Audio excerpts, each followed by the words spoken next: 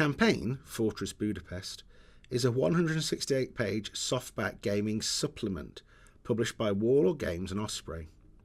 It is designed to provide new army lists, rules information and scenarios for players of the Bolt Action 2nd edition World War II Wargames rules. The book follows a fairly familiar format by emphasising that this is a game supplement rather than a history book. Consequently, although there is an overview of the history of the campaign and brief information on the Royal Hungarian Army, the historical information is then only explored within the context of each of the 16 scenarios included in the book. The scenarios follow a similar format to one another. After a synopsis of the history upon which the scenario is based, there's a focus upon a major historical character, followed by the relevant setup information. This includes maps, special rules, and also included is a legend special character. In this case, as we can see, a named tank commander with his assault howitzer presented for game use. Each of the scenarios adds another part to the story of the Siege of Budapest, allowing gamers to play through aspects of the major events.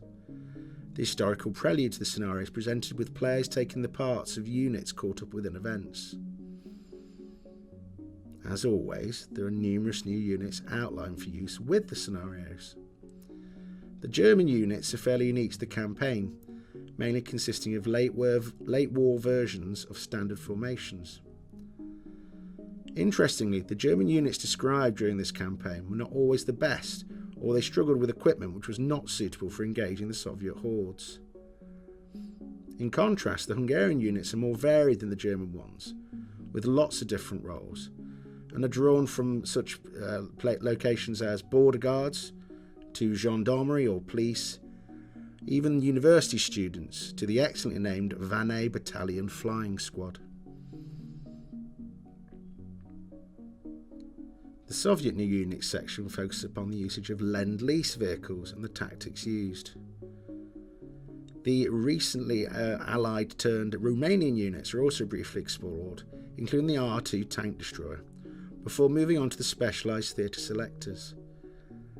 These are the all-important army options which are used to create forces. Options, special rules and requirements provided for each of the nations involved.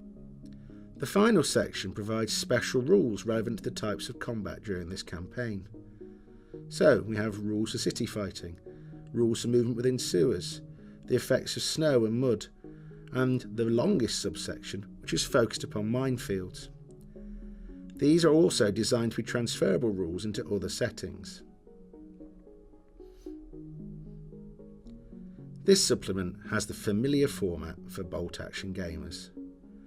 The level of historical information is just enough to inform, but is linked to the idea of enhancing the gaming experience rather than being piled in as a matter of course. For those looking to create new late war armies or use their existing ones in a new series of challenges, this is a very useful tome which offers new options. This video has been produced by WI Prime. WI Prime is Wargames Illustrated Magazine's online members club. As a WI Prime member, you get access to all Wargames Illustrated videos before anyone else.